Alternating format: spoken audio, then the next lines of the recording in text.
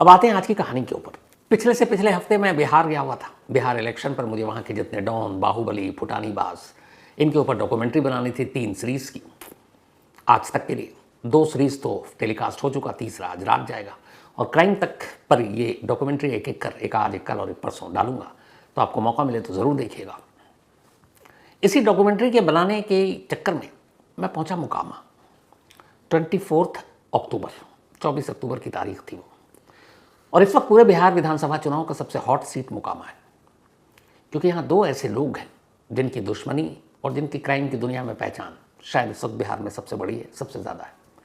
एक सूरज भान, जिसे कहते हैं कि बिहार का अब तक का सबसे बड़ा डॉन, शिवप्रकाश शुक्ला तक जिसे गुरु मानता था, और शिवप्रकाश शुक्ला ने ही सूरज भान को एक नाम दिया था, दादा, और इस वजह से अब सूरज भान दादा के नाम से पहचाना जाता है। और दूसरा अनंत सिंह, वो तो चर्चा में है ही। 24 अक्टूबर की दोपहर जब मैं पहुंचा तो इत्तेफाक से 2 घंटे के अंदर अंदर मुझे इन दोनों डॉन से मिलने का मौका मिला। पहले सूरज भान से और फिर अनंत सिंह से। मतलब तमाम, एक तो क्राइम जर्नलिस्ट पहले भी मैं मिल चुका हूँ। सूरज भान से जब मेरी पहली मुलाकात थी तो मैंने बताया कि शायद हम 18-20 साल बाद मिल रहे हैं, और सूरज भान को यह बात याद थी। उसकी वजह यह है कि 18-20 साल पहले मैंने एक स्टोरी की थी। तब सूरज भान पटना के बेऊर जेल में बंद थे और कई साल हो गए थे जेल में। एक दिन अचानक उन्होंने जेल में मिठाई बांटनी शुरू कर दी। पूछा क्या क्या है, कौन सी खुशी है, क्या ओकेज़न है जो मिठाई बांट रहे हैं। तो पता चला सूरज भान बाप बन गए, पिता बन गए। अब बड़ी हैरानी थी कि सूरज भान 5-7 साल से जेल में, बेल भी नहीं हुई, बाहर भी नहीं आए, तो बाप कैसे बन गए। अब या तो सूरज भान जेल से बाहर गए हों या फिर उनकी पत्नी जेल आई हों। और ये वो दौर था जब बड़े बड़े नामचीन क्रिमिनल डॉन, उनका जेल में होते तो थे, लेकिन शाम को शॉपिंग करने से लेके पार्टी करने तक के लिए भी निकल जाते थे। तो उस स्टोरी पे वो बहुत नाराज़ हुए थे कि आपने मेरी फैमिली, मेरे बारे में इस तरीके की बात की। जब मेरा सिंपल सा क्वेश्चन था कि शख्स जेल में बंद है तो जेल में बंद रहते हुए बाप कैसे बन सकता है, लेकिन ये हुआ। बिहार में सब कुछ मुमकिन है। खैर, उसके बाद बाकी शुरू हुई चुनावी रैली में। जिस तरीके से सूरज भान ने सवालों के जवाब दिए, उम्र हो गई है, वक्त बीत गया, बहुत सारे डाउन आ गए, लेकिन वो धमक, वो धौंस अब भी कायम थी। ये ख़त्म करने के बाद पता चला कि थोड़ी दूर पर दूसरी चुनावी रैली है जिसमें अनंत सिंह। अब अनंत सिंह से भी कई मुलाकात कर चुका हूँ, इंटरव्यू कर चुका हूँ। तो अनंत सिंह के पास, अनंत सिंह से बात करना दुनिया का सबसे मुश्किल काम है, इसलिए अवेलेबल तो है, लेकिन आप जितने बड़े आप सवाल पूछते हैं उससे छोटे जवाब हमेशा मिलेंगे। अब या तो बोल नहीं पाते या कुछ और। तो गिरफ्तारी से पहले ये अनंत सिंह से मैंने बात की। कहानी आगे सुनाऊं और बढ़ाऊं, इन दोनों का शॉर्टर वर्जन, सूरज भान और अनंत सिंह। क्या सवाल है, और इसमें खासतौर पर एक सवाल ये है कि सूरज भान की यहाँ पत्नी चुनाव लड़ रही है, सूरज भान नहीं, और सामने कौन है, अनंत सिंह। और पिछली बार अनंत सिंह की पत्नी चुनाव लड़ रही थी, अनंत सिंह नहीं। वजह ये कि अनंत सिंह के ऊपर कुछ इल्ज़ाम लगे थे और चुनाव लड़ने से अयोग्य करार दिए गए। इस बार सूरज भान पर भी इल्ज़ाम है, अयोग्य है, इसलिए पत्नी को आगे कर दिया। ये बिहार में खूब चलता है। तो 2 बिहार के टॉप डॉन, 2 बाहुबली, 2 फुटानीबाज, दोनों आमने सामने, और दोनों से 2 घंटे के अंदर एक बातचीत। यहाँ से फिर इसको सुनिए, इसके बाद कहानी को आगे बढ़ाता हूँ। सब लोग मेरे नेचर से अवगत था, और वही काम हम कर रहे हैं जो पहले करते आए हैं। जो काम हमारे परिवार ने जैसे कहे वे काम करते रहे। आगे 2004 में बलिया चुनाव में सब परिवार कर कुटुंब में जाकर अपना खर्चा करके चुनाव लड़े। वहाँ का भी जो काम था वो सब मैंने अपने परिवार जिस तरह होता है करते रहे।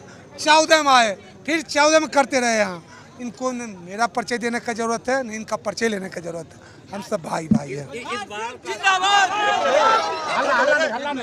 सुनिए, का जो चुनाव है, जो मुकाबला है जिनसे, आपको लगता है फ्री फेयर चुनाव और सब कुछ शांतिपूर्ण? सब कुछ सब दिन शांति होते आया है, इस बार भी शांति होगा, इसलिए आप निपटा रहे हैं। मुकाबला किससे मान रहे हैं? हम तो मुकाबला में मान ही ना है किन्हीं का।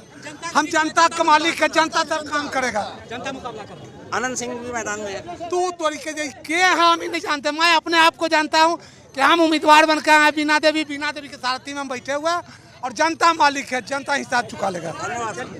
आपको राजनीति कैसी लगती है अनंत सिंह? अच्छा लगता है, इसमें क्या अच्छा लगता है? जनता की सेवा करना। इस बार आपका मुकाबला किससे मान रहे हैं आप? मुकाबला थोड़ा किसी से नहीं है, जो सब दिन लड़ रहा है वही लड़ रहे हैं।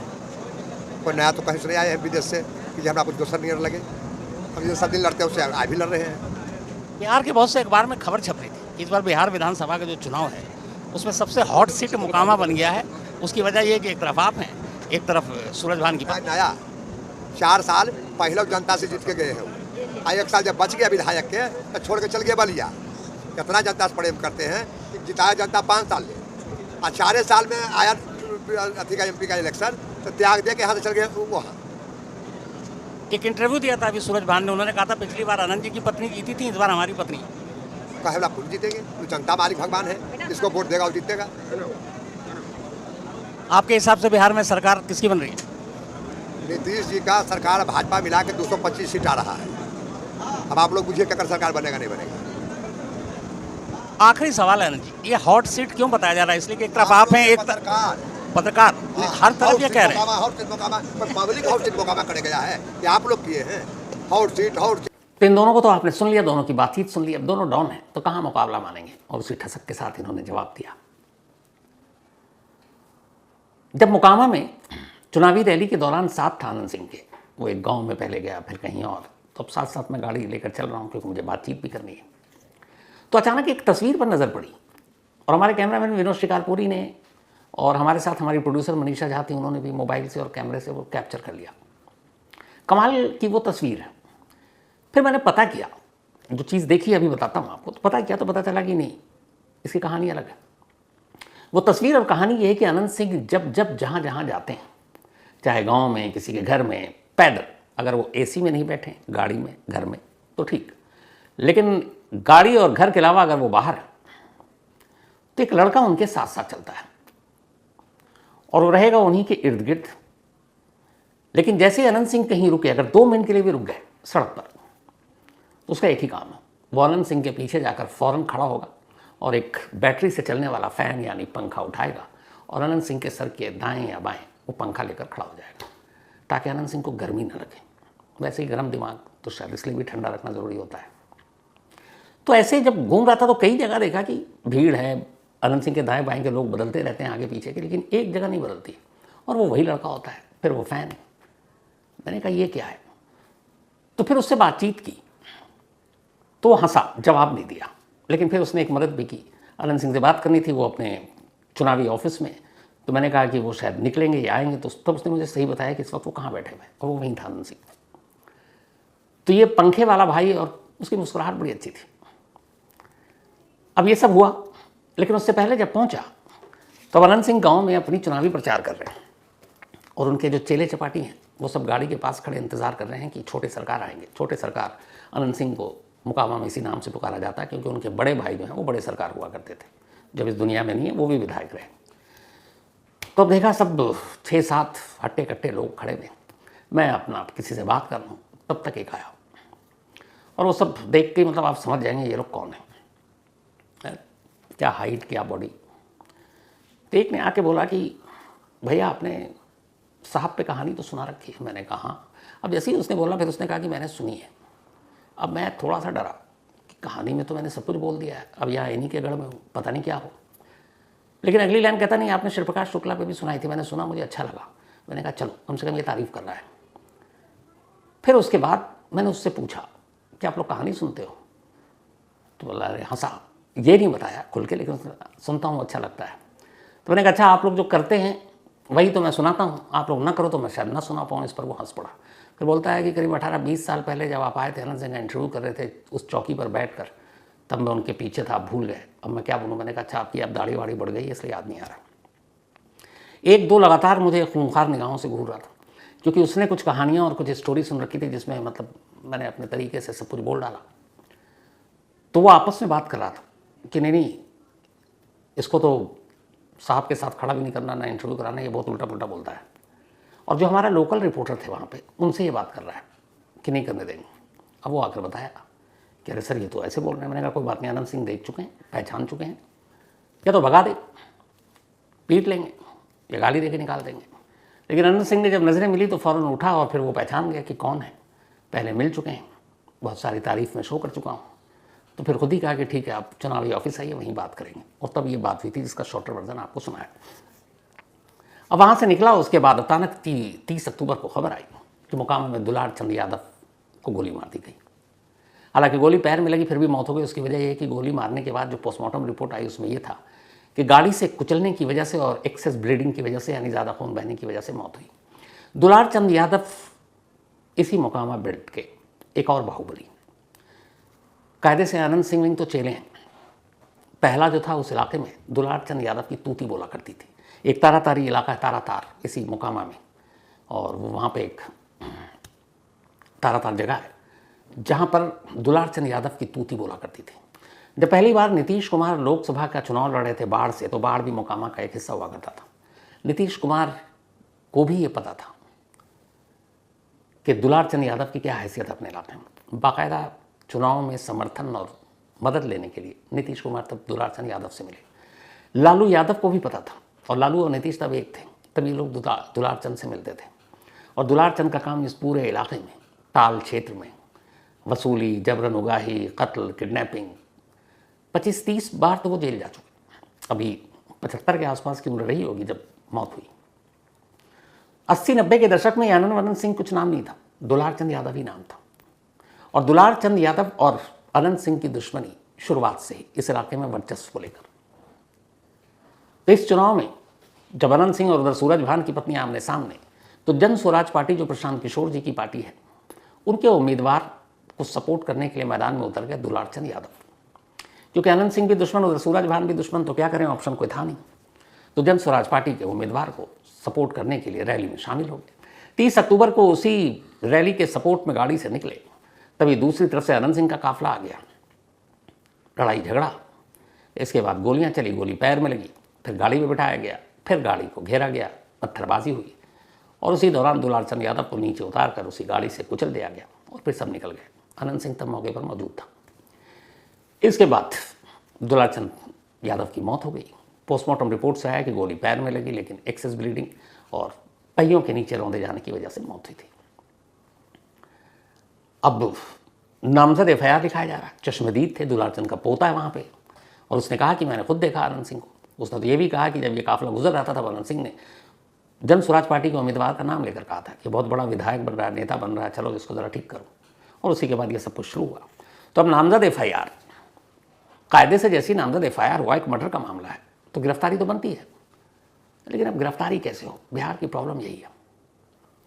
जिस अनंत सिंह के ऊपर मर्डर, वो भी एक राइवल कैंडिडेट के सपोर्ट में, और दुलार चंद यादव जैसा बाहुबली, उसके कत्ल का इल्ज़ाम, लेकिन अगले 48 घंटे तक गिरफ्तारी नहीं होती। क्यों?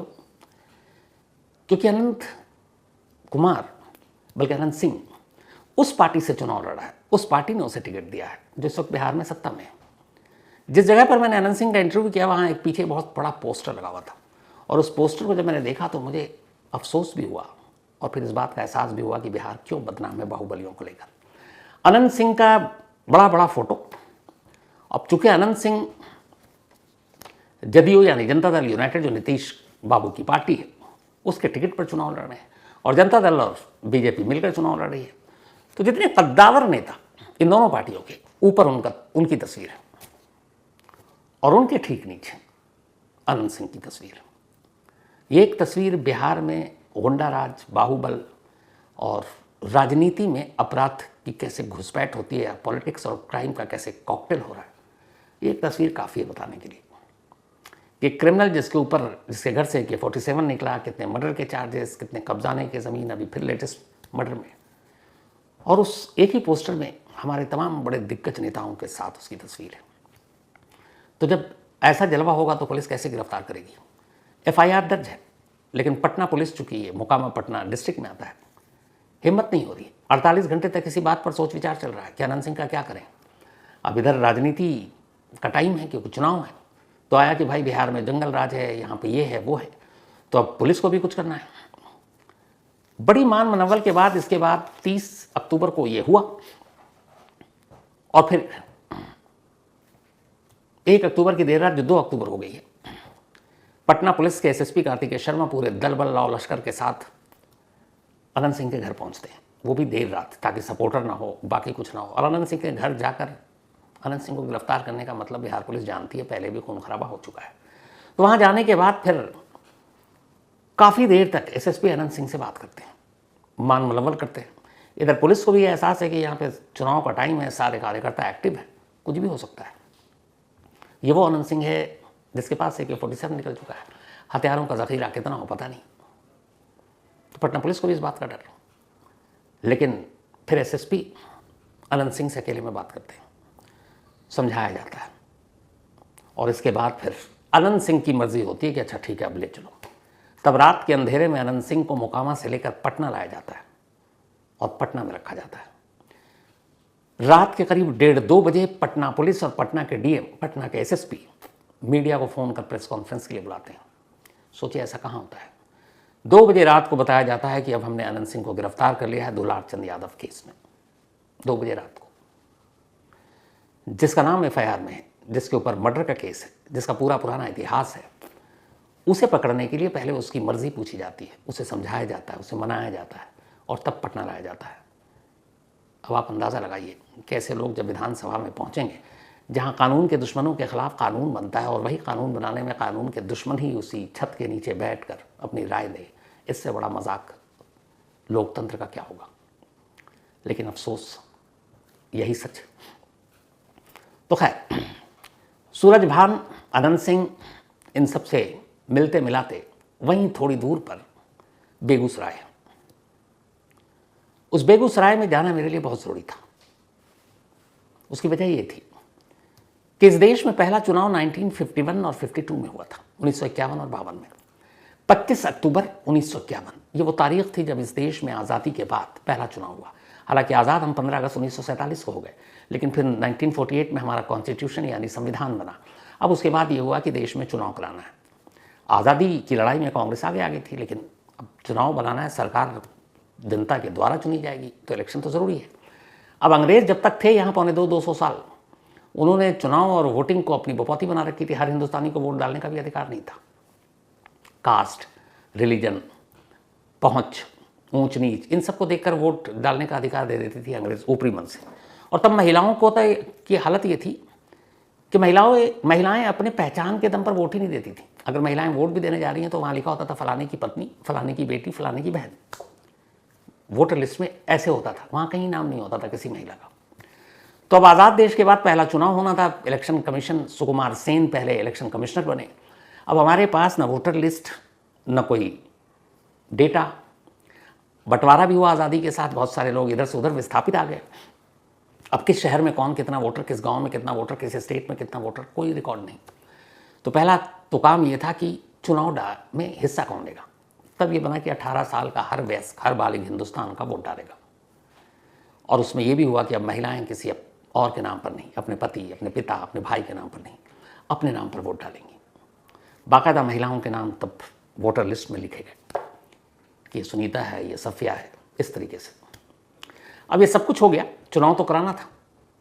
तो 48 में संविधान बनने के बाद लगभग 2.5-3 साल बीते। 1951 25 अक्टूबर की तारीख तय हुई और ये तय हुआ कि अब वोटिंग होगी इंडिया में। तब चुनाव लोकसभा और स्टेट्स का एक साथ हुआ करता था। तो 51 से 52 तक चुनाव हुआ और ये चुनाव बड़ी सादगी से हुआ। तब बैलगाड़ी पर नेता निकलते थे, बैलगाड़ी पर प्रचार होता था, या लोग साइकिल पर आते थे। तो 51 और 52 का पहला चुनाव देश के लोकसभा का और अलग अलग स्टेट का बड़े शांतिपूर्ण तरीके से, बड़ी ईमानदारी से, शराफत से पूरा हुआ। और शायद उस वक्त वोटरों को ये भी पता नहीं था कि चुनाव में गड़बड़ी कैसे करेंगे, क्योंकि एक खुशी, एक जोश था कि हम आज़ाद हो गए और इस आज़ादी के बाद पहली बार हमें वोट डालने का हक मिल रहा है। तब हिंदुस्तान की आबादी करीब 35-36 करोड़ रही होगी, तो अंदाजे के हिसाब से 20 से 22 करोड़ हिंदुस्तानियों ने वोट डाला था फर्स्ट टाइम। इसके बाद 1957 का चुनाव है। 57 के चुनाव ने पहली बार इस देश में चुनाव को कलंकित किया। बेगूसराय से करीब कुछ किलोमीटर की दूरी पर एक गांव है रचियाही। इस रचियाही में भी मैं गया। वहाँ एक बूथ हुआ करता था, वो खंडर हो चुका था। अब उस बूथ की जगह पर वहाँ एक पंचायत भवन बन रहा है, इमारत अभी बन रही है, खड़ी हुई है। 1957 के बिहार विधानसभा के चुनाव में इस इलाके से 2 उम्मीदवार थे, एक कांग्रेस के और एक कम्युनिस्ट पार्टी के। 57 के आसपास बेगूसराय में पहली बार रिफाइनरी का प्रोजेक्ट पास हो चुका था। देश का दूसरा सबसे बड़ा रिफाइनरी बेगूसराय में खुलने जा रहा था, पहला असम में था। और जब इतनी बड़ी रिफाइनरी आएगी तो वहाँ रोजगार आएगा, पैसा आएगा, लोगों को नौकरी मिलेगी। कम्युनिस्ट इसीलिए मजबूत थे क्योंकि वहाँ मजदूरों की एकता थी और कम्युनिस्ट उनके एक तरह से मसीहा। लेकिन जो पहला चुनाव हुआ उसमें कांग्रेस उम्मीदवार जीत गए। अब दूसरी बार चुनाव हो रहा था 57 में। कांग्रेस के जो उम्मीदवार थे, सरयुग सिंह शायद, उन्हें यह अंदाजा था कि इस रचियाही पोलिंग बूथ पर करीब 3 से 4 गांव के लोग वोट देने आएंगे। और ये पूरा का पूरा 3-4 जो गांव है ये कम्युनिस्टों का गढ़ है। यहाँ ज़्यादातर मजदूर और उनके परिवार लोग रहते हैं, यूनियन के जुड़े हुए। तो यहाँ से कांग्रेस को कोई भी वोट नहीं जाएगा। तो फिर क्या करें? और कम्युनिस्ट पार्टी के जो उम्मीदवार थे, शायद चंद्रशेखर, वो यहाँ से जीतते हुए नजर आ रहे थे। तब पहली बार कांग्रेस कैंडिडेट सरयू प्रसाद सिंह ने अपने लोगों को तैयार किया और कहा एक काम करो, इन 3 गांव के लोग पोलिंग बूथ तक वोट डालने पहुंच ही नहीं पाए, ऐसा काम करो। अब उस वक्त सारे मिलकर इकट्ठे बैलगाड़ी में आते थे, तो पोलिंग बूथ से पहले इनकी बैलगाड़ियों को रोक दिया गया, पहले धमकाया गया वोट नहीं डालना जाओ। कुछ लोग नहीं माने तो फिर मारपीट शुरू हो गई। फिर भी लगा कि कुछ लोग बूथ तक जाएंगे, तो फिर सरयू प्रसाद सिंह के लोग पहुंच गए पोलिंग बूथ रचियाही में और वहाँ उन्होंने बूथ को लूटना शुरू कर दिया, अपने आप ठप्पा लगा कर। तब इलेक्शन कमीशन ने सोचा नहीं था कि यहाँ चुनाव कराने के लिए बूथ की सुरक्षा भी ज़रूरी है। तब न पुलिस, न पैरामिलिट्री फोर्सेस, CCTV कैमरा तो होता भी नहीं था। यहाँ तक कि किस बूथ पे क्या गड़बड़ हुई अगले दिन लोगों को अखबार से पता चलता था। तो खैर वो बूथ कैप्चरिंग की घटना हो गई। ये देश में होने वाली पहली बूथ कैप्चरिंग थी, जो बिहार के बेगूसराय के इसी रचियाही गांव में हुई। इससे पहले बूथ कैप्चरिंग शब्द भी किसी ने नहीं सुना था इंडिया में, ये पहला मामला था। और यहीं से ये बदनामी शुरू हुई। इसके बाद 57 के इस चुनाव ने बूथ कैप्चरिंग दिखाई। 64 आते आते बरौनी रिफाइनरी शुरू हो गया। अब वहाँ रिफाइनरी शुरू हुआ तो ठेके और उसको लेकर जो गुंडे थे छोटे छोटे, वो माफिया बनने लगे। फिर वही नेताओं ने उनका इस्तेमाल करना शुरू किया। फिर 64 के 6 साल के बाद 70 आया तो धनबाद जो देश का सबसे बड़ा कोयला पैदा करने वाला शहर है, डायमंड सिटी जिसे कहते हैं, ब्लैक डायमंड सिटी, तो वहाँ उसका राष्ट्रीयकरण होगा, नेशनलाइज हो गया। पहले वो प्राइवेट लोगों के हाथ में खदानी हुआ करती थी। जैसे हुआ तो वहाँ भी अब जो पहलवान टाइप के लोग थे वो गुंडे से माफिया बनते गए। तो बिहार में असल में माफिया राज का जन्म बेगूसराय के रिफाइनरी और धनबाद के कोयलांचल से शुरू हुआ। हालांकि अब धनबाद बिहार का हिस्सा नहीं है, अब वो झारखंड का हिस्सा है। और फिर तो इसके बाद सिलसिला ही शुरू हो गया। इसी बीच में जब ये 70 में हुआ था, 80 के दशक में पश्चिमी चंपारण, जहाँ से गांधी जी ने 1917 में अपना पहला आंदोलन शुरू किया था, चंपारण आंदोलन, तब अंग्रेज़ों ने वहाँ के किसानों के ऊपर एक शर्त लगा दी थी कि आप जो भी खेती करोगे उसमें 1/3 नील की खेती करोगे। और उसके पैसे बहुत कम देते थे। किसान इसके खिलाफ में थे कि हम नील की क्यों करें, नुकसान है, बट उन्हें दबा दिया जाता था। ये बात गांधी जी को पता चली। गांधी जी साउथ अफ्रीका से लौटे थे, उन्होंने कहा कि चलो, और वो पहुँचे चंपारण, पश्चिमी चंपारण। तब राजेंद्र बाबू देश के पहले जो राष्ट्रपति थे वो भी उस आंदोलन में शामिल हुए। वहाँ जाकर गांधी जी ने अपने अहिंसा आंदोलन की शुरुआत पहली बार पश्चिमी चंपारण से की, इन्हीं किसानों के हक में। अंग्रेज डर गए, फिर अंग्रेज़ों को झुकना पड़ा। अंग्रेज़ ने कहा ठीक है, हम ये वापस लेना, उन्होंने शर्त वापस ली। और इसी एक आंदोलन ने इस देश की आज़ादी के आंदोलन का आगे चलकर रास्ता दिखाया। और कहते हैं इसी एक आंदोलन की वजह से गांधी जी को महात्मा कहा गया। लेकिन गांधी जी वहाँ से निकल लिए, धीरे धीरे वक्त हुआ, देश आज़ाद हो गया। उसी पश्चिमी चंपारण में अब गांधी और गन्ने की जगह गन्ने ले लिया। ज़मीनों पर अब ज़मींदारों ने कब्जा किया तो गरीब मुखर हो उठे, फिर डाकू निकलने शुरू हो गए। पश्चिमी चंपारण एक दौर ऐसा था जब मिनी चंबल कहा जाता था। एक तो चंबल है ही है, वो मिनी चंबल था। धीरे धीरे उन डकैतों को भी, नेताओं को लगा कि ये चुनाव जीतने में बड़े कारगर साबित होते हैं, तो उन्होंने डकैतों को अपनी तरफ ले लिया। जब भी पोलिंग होती वो सीधे डकैतों का इस्तेमाल करते। जो डाकू हैं वो गाँव गाँव जाकर लेटर बांट देते थे। असल में पूरे पश्चिमी चंपारण में तब बेतिया समेत ये होता था कि जो पावरफुल डकैत हैं उनकी तरफ से एक लेटर जारी होता था कि इस चुनाव में फलाने उम्मीदवार को वोट देना है, और अगर नहीं दिया तो फिर अंजाम क्या होगा आपको पता ही नहीं। दे दिया, या जिस डाकू ने फरमान जारी किया वो कैंडिडेट जीत गया, तब कोई इंक्वायरी नहीं होती थी। लेकिन अगर गलती से डाकुओं का फरमान आया और वो कैंडिडेट हार गया तो उन गाँवों को पूरी तरह से आग लगा दिया जाता, लोगों के घरों से खींच कर उन्हें मारा जाता, नरसंहार होता, मांस के लिए। ये चलता रहा और नेता उनके अपने साथ मिलाते रहे। तो ये बूथ कैप्चरिंग का पूरे पश्चिमी चंपारण और उस गंगा के दियारा के इलाके में चलता रहा। फिर धीरे धीरे हालात इतने ख़राब हो गए कि एक बार राजीव गांधी प्रधानमंत्री रहते हुए जब पश्चिमी चंपारण पहुंचे तो वहाँ के लोगों ने मन के करीब जाकर कहा कि हमें आप डर से बचाएं, हम जीना चाहते हैं। और जब राजीव गांधी ने उनकी कहानी सुनी तब उन्होंने कहा ठीक है, नई सरकार बनते हैं, हम कुछ करेंगे। इत्तेफाक से सरकार बन गई, दोनों जगह कांग्रेस की आई। इसके बाद एक ऑपरेशन पैंथर, ब्लैक पैंथर चलाया गया पश्चिमी चंपारण में डाकुओं को ख़त्म करने के लिए। धीरे धीरे वक्त लगा, लेकिन डाकू वहाँ से साफ हो गए। लेकिन बाद में वही डाकू, कुछ जो निकल लिए, कुछ जो बड़े, उन्होंने अपने यहाँ वर्दी बदली, खाकी पहन लिया। अब तक जो नेताओं को चुनाव जीतते थे उन्होंने कहा मेरे चुनाव बूथ कब्जाने और इससे ये लोग विधानसभा लोकसभा पहुंच रहे हैं तो मैं क्यों नहीं खुद करूं। तो अब डाकू जो है वो अपने लिए ही चुनावी कैंपेन शुरू कर दिया और खुद ही मैदान में उतर गया और फिर वो वहाँ से जीतने लगे। धीरे धीरे वक्त बदला, उधर डाकू, उधर बरौनी, उधर कोयलांचल। अब उसके बाद एक नई खेप आनी शुरू हुई, गोंडा राज, जिसमें एक से बढ़कर एक क्रिमिनल जो आज भी है, शहाबुद्दीन से लेकर आनंद मोहन, पप्पू यादव, मुन्ना शुक्ला, राजन तिवारी, कितने नाम हैं। और ये सारे हर बार चुनाव में लड़ते हैं। अब एक नया ट्रेंड आ गया कि इनमें से बहुत सारे चुनाव के लिए अयोग्य करार दिए गए हैं, कुछ जेल में। तब उन्होंने अपने परिवारों को आगे करना शुरू कर दिया। इस चुनाव में इतने सारे गैंगस्टर, बाहुबली और नेताओं की बीवियां या बच्चे मैदान में कि आप सोच भी नहीं सकते। मुन्ना शुक्ला की बेटी चुनाव लड़ रही है, शहाबुद्दीन बेटा ओसामा चुनाव लड़ रहा है। इसके अलावा अनगिनत नाम है और सारे चुनाव लड़ रहे हैं। तो अब एक नया ट्रेंड है, जैसे नेता अपनी विरासत दे देते हैं अपने बच्चों को, अब क्रिमिनल भी अपनी विरासत अपने बच्चों को दे रहे हैं। 14 तारीख को सरकार किसकी बनेगी उसकी वोटिंग होगी, नतीजा सामने आएगा। 6 तारीख को पहली पोलिंग है, इसके बाद 11 को है। और इस चुनावी हिंसा में पहली लाश गिर चुकी है दुलार चंद यादव की। अनंत सिंह जेल में है, पकड़े गए हैं लेकिन फिर भी चुनाव लड़ रहे हैं। अनंत सिंह पकड़े गए हैं जेल में लेकिन चुनाव लड़ रहे हैं। 25 साल से वो या उनका परिवार, पिछली बार चुनाव वो नहीं लड़ पाए तो बीवी जीत गई थी, लेकिन उन्हीं का परिवार चला रहा। किसी ने ये शब्द कही थी कि मोकामा असल में बिहार में राजनीति का वध स्थल है। आज तक वहां से कोई शरीफ जीत ही नहीं पाया। और कमाल देखिए ना, जितनी बड़ी पार्टी, नीतीश बाबू की पार्टी है, साथ में बीजेपी है, दोनों ने मिलकर किसको टिकट दिया हुआ है? अनंत सिंह को। उधर जो सरकार बनाने के लिए चुनाव में इस वक्त मैदान में उतरे तेजस्वी यादव या कांग्रेस का राहुल यादव, सब गठबंधन है राहुल गांधी के साथ और तेजस्वी का, इन्होंने किसको दे दिया? सूरजभान की पत्नी को। तो क्या पक्ष, क्या विपक्ष, क्या जो सत्ता में है और क्या जो अपोजिशन में है, सभी ने हथियार डाल दिए हैं कि नहीं बाहुबलियों को दो, गुंडों को दो, मवालियों को दो, बस चुनाव जीतना है। पर इससे राज्य कहाँ जा रहा है किसी को कोई फर्क नहीं पड़ता। और यही बिहार की सबसे बड़ी बदनसीबी है।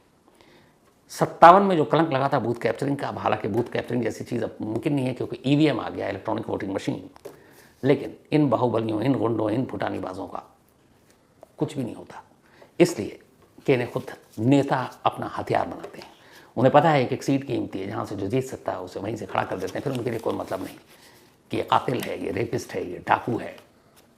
बस राजनीति का खेल खेलना है। क्या कीजिएगा? उम्मीद तो यही है कि आने वाले वक्त में शायद नई जनरेशन इन चीज़ों को चेंज करे, बट उम्मीद पे ही दुनिया कायम है। तो खैर, कहानी में आज जितने